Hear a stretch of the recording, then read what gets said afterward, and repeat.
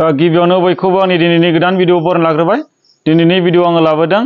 Assam direct recruitment grade 4 नि आनजादाव फैथावना मेथ्सनि माखासे सोंथिफोर, बेखायनो नोंथांमोना भिडिअखौ जोबजासे नायलांबानो जाबाय। दा दिनैनि भिडिअ दङ जाहैबाय देसासा आरो दुसासानि सायाव ओइचसिएफ आरो एलसिएफखौ जों माबोरै दिहुनो बिनि सायाव लाबोदों। आङो माखासे भिडिअफोराव आङो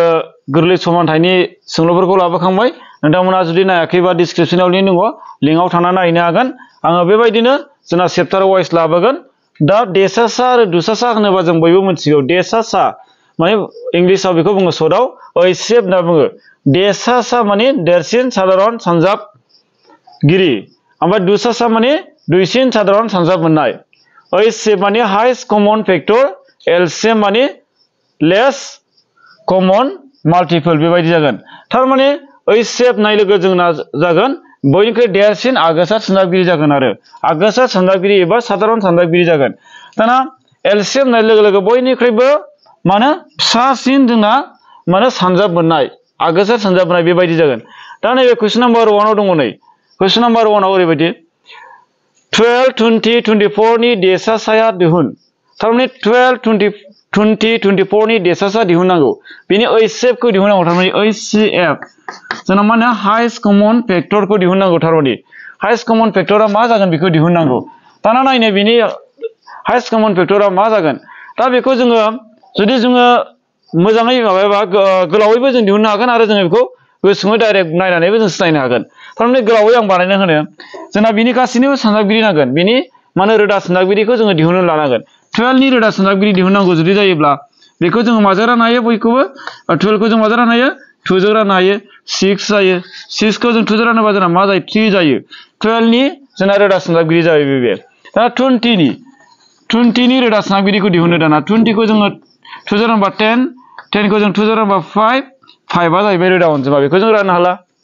आङो रोदा अनजिमानि सायावबो माखासे भिडिअ लाबोखांबाय। नोंथांमोना नायाखैबा सिगाङाव नायनो हागोन।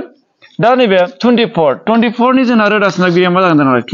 2 जों रानोबा जोंना मा जागोन? 12 जागोन। 12 खौ 2 जों रानोबा जोंना 6 जागोन। 6 खौ 2 जों रानोबा जोंना 3 जागोन। 3 आ जाहैबाय रोदा अनजिमा। बेखौ जों राननो हाला। होमबा बिसिनि रोदा सानजाबगिरिफोरा बेबायदि जाहैबाय। होमबा 12 नि रोदा सानजाबगिरिया जोंना मा मोनखो? 2 into 2 into 3। 20 नि रोदा सानजाबगिरिया जोंना मा मोनखो? 2 into 5। 24 नि रोदा सानजाबगिरिया जोंना मा मोनखो? 2 into 2 into 3। 2 आ मोनथाम, 3 आ मोनसे। दाना ओइचसिएफ होनदों नालाय जोंना हाइस्ट कमन फैक्टर होनदों। माने बयनिख्रुइ देरसिन माने आगोसार सानजाबगिरि एबा साधारन सानजाबगिरि। होमबा जोंना गोरोबनायखौल' लानांगौ। ओइचसिएफ होनोबा गोसोआव लाबानो जाबाय गोरोबनायखौ। होमबा बिसोर मोनथामावबो थानाय आगोसार सानजाबगिरिखौल' लानांगौ जों ओइचसिएफ होननाय लोगो लोगो। होमबा बिनि ओइचसिएफ होननाय लोगो लोगो बेनो गोरोबनाया जोंना मा दं? 2 आ गोरोबो। नै मोनथामावबो दङ। बेयावबो दङ 2 आ मोनथामावबो दङ। 2 आ मोननै गोरोबबाय। ओमफ्राय 3 आ बेयाव दङ, बेयाव गैला। 2 आ मोनसे बेयाव दं, बेयाव गैला। 5 आबो गोरोबा, 3 आ गोरोबा। होमबा जोंना मा जागोन? 2 2 मोननै गोरोबबाय। होमबा 2 सानजाब 2 बेनो जागोन जोंना ओइचसिएफ जागोन। 4 आनो जागोन। होमबा 2 सानजाब 2 जोंना 4 जाबाय। बिनि आगोसार सानजाबगिरिखौ जोङो मा खालामो? सानजाबनांगोन। होमबा बिनि एन्सारा जागोन अप्सनफोरनि गेजेराव अप्सन ए आनो जागोन बिनि थार फिननाय। दा जोङो बेखौ ओरैबायदिबो सिनायनो हायो। दाना नै ओरैबायदि नायबानो जाबाय। 12, 20 आरो 24 खौ राननो हानाय बयनिख्रुइ देरसिन अनजिमाया मा दं दानालाय? जों नायबानो नुयो 4 आनो देरसिन अनजिमा दङ। माने 12 खौ जोङो 4 जों राननो हायो 3 मोनो। 20 खौबो जों 4 जों राननो हायो 5 मोनो। 24 खौबो जोङो 4 जों राननो हायो 6 मोनो। होमबा बे मोनथामखौबो जों 4 जों राननो हायो। बयनिख्रुइ देरसिन अनजिमा बे 2 जोंबो राननो हायो। नाथाय 2 आ जाहैबाय देरसिन नङा। 2 खौ लानो नाङा जोङो। 2 नि आरो देरसिन दंबावो नामा राननो हानाय? बेखौ नागिरनांगौ। थारमाने जों 4 जों राननो हायो। बे मोनथामखौ 4 जों राननो हायो। बेखायनो बिनि फिननाया जागोन 4। बेबायदि जोङो दिहुननांगोन। जोंना एलसिएमखौ जुदि दिहुननो थिननायमोनब्ला बिनिखौ जुदि बिनि देसासाखौ दिहुननो थिननाय दुसासाखौ दिहुननो थिननायमोनबा जोंना मा जागौमोन? गोरोबनाय गोरोबै गासैखौबो लाजोबगौमोन। फर्मुलाया एसे आलादा जागौमोन। माने नैबे 2 मोननै गोरोबबाय बेखौ 2 into 2 होदो। ओमफ्राय 2 थाबावबाय, नै 3 थाबावबाय, मोननैबो गोरोबबाय, नै 5 थाबाय। बेखौ सानजाबबानो जोंना जागौमोन बिनि एलसिएमा जागौमोन। होमबा 2 सानजाब 2 4, 4 सानजाब 2 8, आरोबो जोंना मा दं? 3 बो दंमोन। 8 सानजाब 3 24, 24 सानजाब 5 जागोन जोंना 24 जों जुदि 5 सानजाबा जोंना मा जागोन? 5 सानजाब 4 20, 5 सानजाब 20, 120, 120 जागौमोन। बिनि एलसिएमखौ जुदि दिहुननांगौबा 120 जागौमोन। बेबायदि जों दिहुननो हागौमोन। दा कुइसन नाम्बार 2 दङ बेबायदि 12, 20, 24 नि दुसासाखौ दिहुन। थारमाने दाना दुसासाखौ दिहुननांगौ। दहायना जाहैबाय जोंना मामोन देसासाखौ दिहुननायमोन दाना दुसासाखौ दिहुननांगौ एबा एलसीएम दिहुननांगौ एलसीएम खौ दिहुननांगौ एलसीएम खौ जों बोरै दिहुनो दाना दा बेखौ एलसीएम खौ जों दिहुननायाव ओरैबायदि खालामनो हायो जोङो 12 20 24 बेखौ जोङो लानानै 12 20 24 खौ लानानै जों ओरैबायदि खालामनो हायो बेबायदि दिहुननो हायो दा नायनो जोङो बिसोरखौ जोङो माजोंबा राननो हायो नामा एखे अनजिमाजों राननो हायो नामा बेखौ नायनांगौ जोङो गासैखौबो जों माजों राननो हायो जोङो बेखौ माजों राननो हायो 2 जों राननो हायो माने फिसानिफ्राय जोङो लालाङोबा साबसिन जायो खेबसेनिबो लानो हायो नाथाय जोङो फिसानिफ्राय लालाङोबा साबसिन जायो दा 12 खौ जोङो 2 जों रानोबा जोंना मा मोनगोन 6 मोनगोन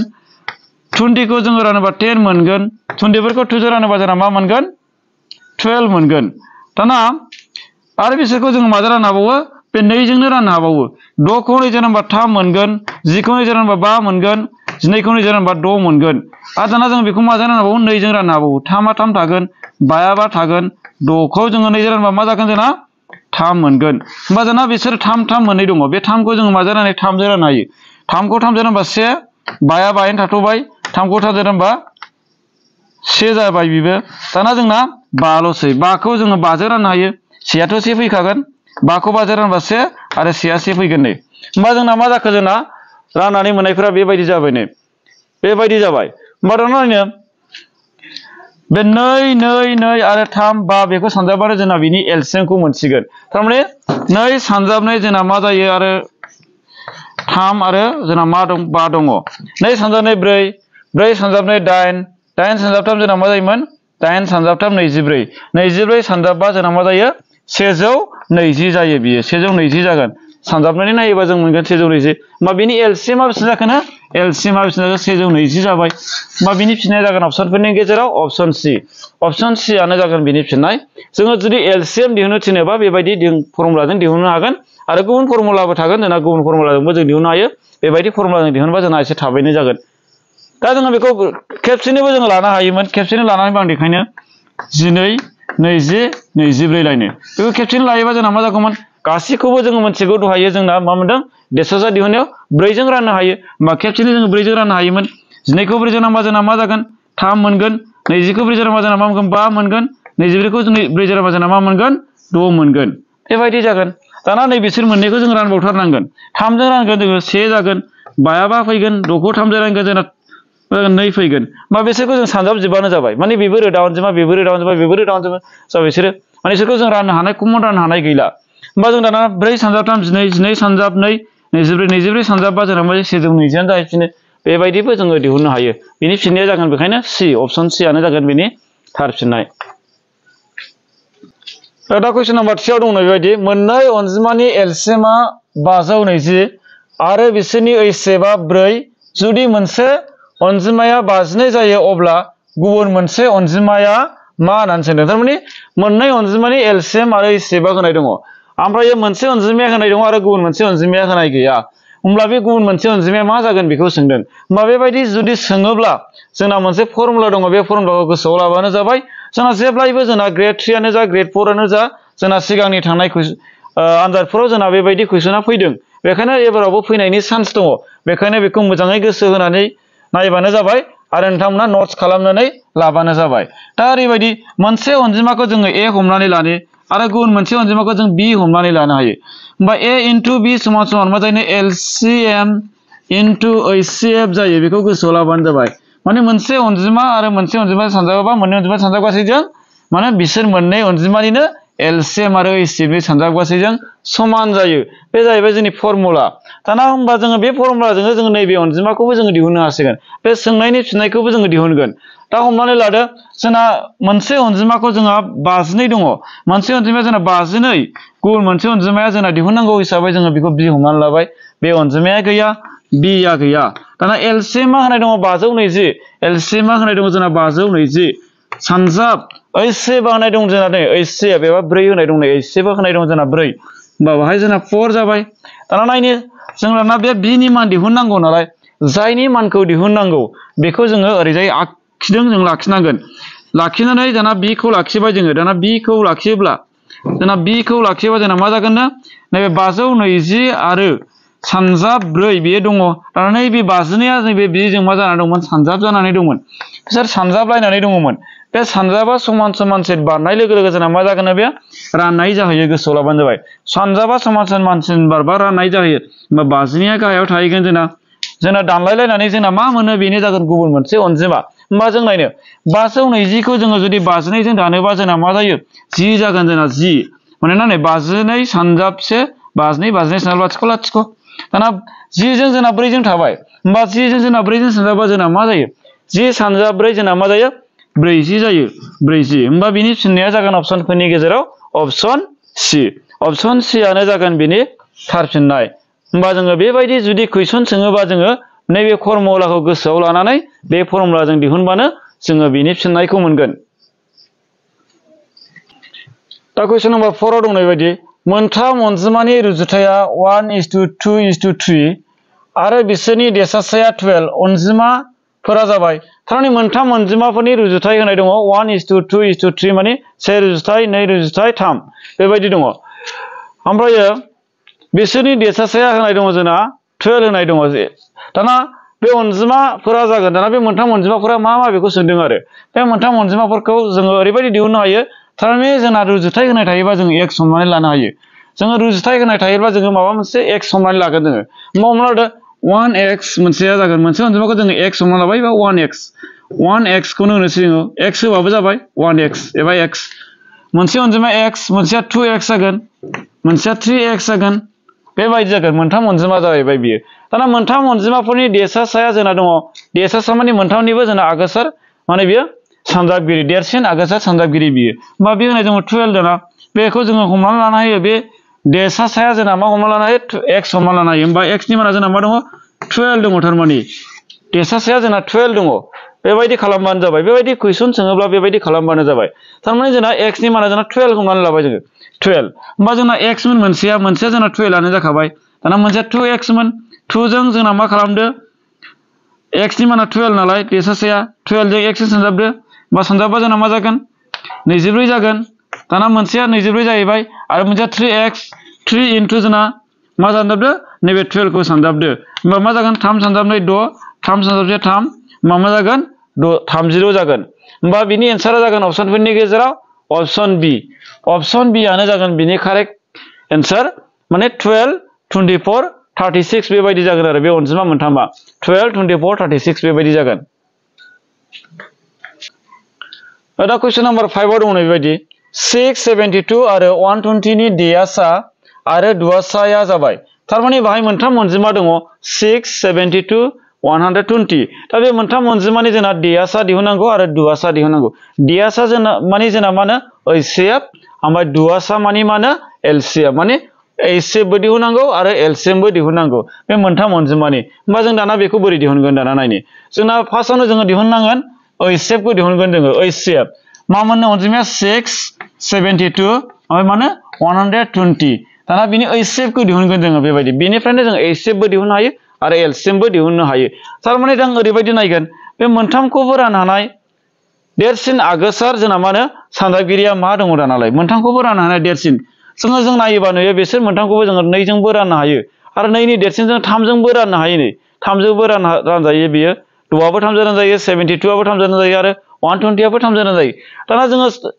6 आरो 72 आरो 120 थारमाने बे मोनथामबो अनजिमाया 6 जों रानजागोन नामा 6 जों रानजायोबा बेनो जागोन बिनि HCF जागोन बिनि होमबा 6 जों राननानै नायनो 6 जों रानजागोन नामा 6 आथ' जोंना 6 जों रानजायो जोंना 1 जाबाय दाना 72 आ जोंना 6 जों रानजानाय रानजाया 72 आ जोंना 6 जों रानजानाय रानजाया नायनो 6 into 1 6 12 फैबाय 1 फैबाय 6 into माने 6 into 2 12 जाहैबाय होमबा जों रानजायो नै 12 मोनो जोंना दाना 72 आ जोंना माने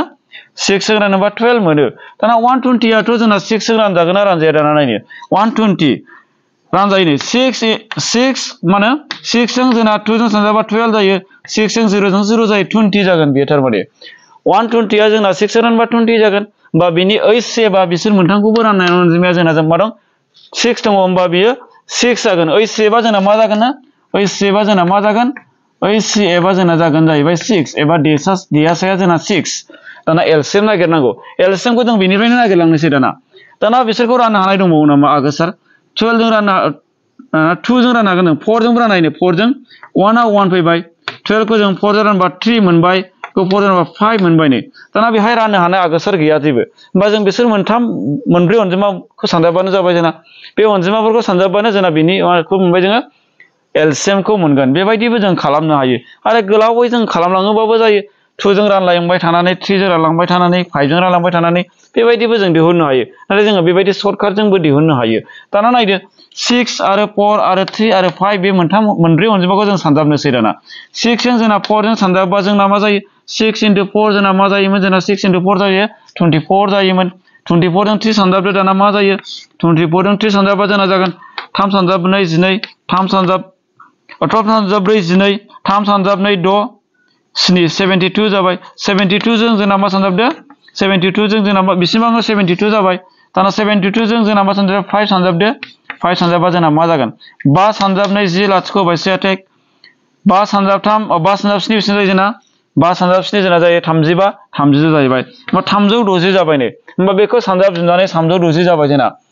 6 जों 4 सानजाबबाय जोंना 24 मोनबाय 24 जों जोंना 1 खौ सानजाबबाथ' बे एखेयानो जाहैखाबाय 24 जों 3 सानजाबबाय जोंना 72 होमबा 72 जों जोंना 5 सानजाबबाय 360 जाबाय होमबा बेनि एलसीएमआ जोंना मा जाखो 360 जाबाय ओइसेबा जोंना 6 मोन एलसीएमआ जोंना 360 होमबा बिनि एन्सारा जागोन अपसनफोरनि गेजेराव अपसन डि आनो जागोन बिनि थार फिननाय नोंथांमोना बेबायदि खालामबानो जाबाय जुदि एलसीएम आरो एचसीएफ मोननैखौबो सोङोबा जोङो डाइरेक्ट मोनथामबो अनजिमाखौ राननो हानाय देरसिन जोंना आगोसार सानजाबगिरि दं नामा बेखौ नागिरदो आरो रानलांबाय थानानै जोंना जेब्ला जोंना राननो हालायनाय गैला बेबायदि जायोब्ला जोङो टोटेल बेसेबां जोंना रानखो बेखौ जोङो सानजाबानो जाबाय बे अनजिमाखौ सानजाबानो जाबाय जोंना रानग्रा अनजिमाफोरखौ टोटेलखौ सानजाबानो जोंना बेनि एलसीएम खौ मोनगोन दा क्वेश्चन नम्बर 6 आव दं ओरैबायदि 4 into 12 into 15 8 into 9 into 25 आरो 16 into 81 into 11 into 49 नि देयासाया जागोन होननानै थारमाने बे अनजिमाफोरनि मा दिहुननांगौ देयासाखौ दिहुननांगौ देयासा माने जोंना मामोन ओइचसीएफ मोन जोंना ओइचसीएफ खौ दिहुननो थिनदों बे अनजिमाफोरनि बे मोनसे अनजिमा हमना लादो बेखौ मोनसे अनजिमा बेखौ मोनसे अनजिमा मोनथाम अनजिमा हमना लानो हायो जोङो बे अनजिमाफोरनि बे मोनथाम अनजिमाफोरनि जोंना मा दिहुननांगौनो मा दिहुननो हायो जोंना ओइचसीएफ दिहुननो हायो थारमाने जोंना बिनि ओइचसीएफआ मा जागोन बेखौ सोंदों मालाबा समाव बेबायदिबो फैयो जोंना बेबायदि फैयोबा जोङो माबायदि दिहुनगोन दाना नोंथांमोना नायनानै लाबानो जाबाय फार्स्टआव दङ जोंना 4 into 12 into 15 दङ थारमाने बिनि जों मा दिहुननांगौ रोदा सानजाबगिरिखौ दिहुननो लाग्रोनांगोन बिनि रोदा सानजाबगिरिया मा जागोन दानालाय 4 नि रोदा सानजाबगिरिया जोंना मा जागोन 2 सानजाब 2 जोंना 4 जायो ओमफ्राय सानजाब 12 निया जोंना मा जागोन 2 सानजाब 2 4 4 सानजाब 3 12 थारमाने 2 आ मोननै जागोन आरो 3 मोनसे जागोन नैबे 12 निया दाना 15 निया जोंना मा जागोन दानालाय 15 निबा जोंना मा जागोन 3 सानजाब 15 बेबायदि जागोन 3 जों 5 जों सानजाबा 15 मोनो बेबायदि जागोन दाना बे थांबाय दाना नैबे 8 सानजाब 9 सानजाब 25 दाना बिनि सानजाबगिरिखौबो जोंनो नांगोन 8 नि सानजाबगिरिफ्रा जोंना मा होनो 2 सानजाब 2 4 4 सानजाब 2 8 सानजाब 8 नालाय जोंना 2 आ मोनथाम जागोन आरो 2 2 मोनथाम जागोन दाना 9 निया जोंना मा जागोन 3 सानजाब 3 जोंना मा जायो 9 जायो 3 3 मोननै सानजाबा 9 जायो दाना 25 निया जोंना मा जागोन 5 सानजाब 25 बेबायदि जागोन जोंना सानजाबगिरि बिजिरनाया दाना 16 सानजाब 81 into 11 into जोंना मा दं 49 बेबायदि दङ दाना बिनियालाय जोंना मा जागोन 16 निया जोंना मा जायोनो 2 सानजाब 2 4 4 सानजाब 2 8 8 सानजाब 2 0 जायो थारमाने 2 आ मोनब्रै जागोन 81 निया जोंना मा जायो 81 निया जोंना मा जागोन नायनो बाहाय 81 नि जोंना रोदा सानजाबगिरिया जोंना मा जागोन बेखौ जोङो मा खालामनो हायो 3 जों सानजाबा जों राननो हायो 3 जों रानोबा जोंना मा जागोन बे 27 जागोन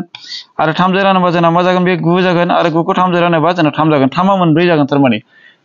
3 सानजाब 3 सानजाब 3 सानजाब 3 3 आ मोनब्रै सानजाब जोंना मा दंबावो 11 दङ नै 11 आ 11 जाहैबाय गावनो रोदा अनजिमाखा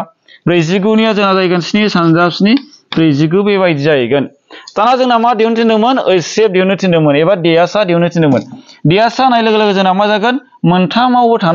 मोनथामावबो थानायखौ जों लानांगोन गोरोबनायखौ लानांगोन होमबा ओइचसीएफआ जोंना मा जागोन दानालाय ओइचसीएफआ जोंना मा जागोन दानालाय बेयावबो 2 दं बेयावबो 2 दं बेयावबो 2 दं 2 आ मोनसे गोरोबबाय दाना बे थांबाय 2 2 2 2 बेयावबो मोनथामावबो दङ ओंखायनो 2 मोनसे गोरोबबावबाय बेयावबो 2 दङ बेयावबो 2 दङ बेयावबो 2 दङ 2आ मोनसे गोरोबबावबाय जोंना माने बेयाव 2 दङ आरो गैला माने 2आ बाव मोनथाम दङ बेयाव मोनब्रै दङ बाहाय मोनब्रै दङ होमबा मोनथामाल' जोंना गोरोबगोन बेबायदि जाहैबाय जोंना 3 खौ नायनो दाना 3आ बेयाव मोननै दङ बेयाव मोननै दङ बेयाव मोननै दङ होमबा बेयाव मोनब्रै दङ मोननैया गोरोबगोन बेयावबो मोननै बेयावबो मोननै होमबा 3 into 3 जों लानो हागोन दाना 5आ बेयावबो दं नाथाय बेयाव गैया 7आ बेयाव दङ बैयाव गैया 11आ बेयाव दङ बैसोराव गैया बेबायदि जागोन होमबा गोरोबनाया जोंना बेखिनियानो होमबा बेखिनियानो जोंना गोरोबबायबा जों बेखौ सानजाबजोबानो जों बिनि ओइस शेपखौ मोनसिगोन दाना माने ओइस शेप नाय लोगो लोगो गोसोआव लाबानो जाबाय मोनथामावबो थानाय जानांगोन कमन जानांगोन थारमाने 9 सानजाबनै 4